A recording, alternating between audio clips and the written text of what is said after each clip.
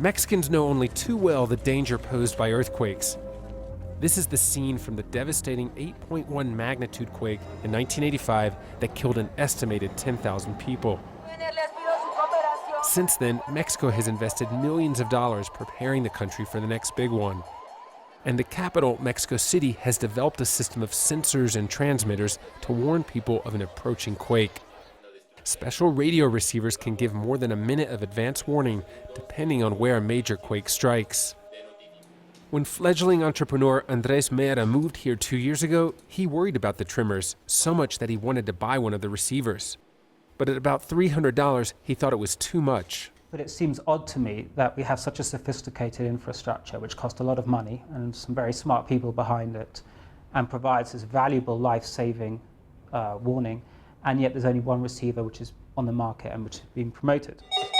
MEIRA has just developed a prototype of the Cricket earthquake alarm. He plans to launch the Cricket later this year for about $30. Mexico City spent millions of dollars building a network of sensors and transmitters after the 1985 earthquake. If they detect a quake of 6.0 or higher, transmitters send out a warning signal. Mexico City has on average 3 earthquakes a year of that magnitude or higher.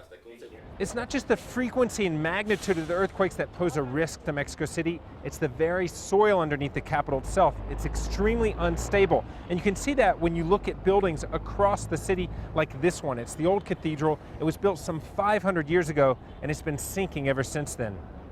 MDRAKE dominates the earthquake alarm market. The company has exclusive contracts with 50,000 public schools and hospitals in the capital. We asked the head of the company, who used to work for Mexico City's government, if it holds a privileged position on the market.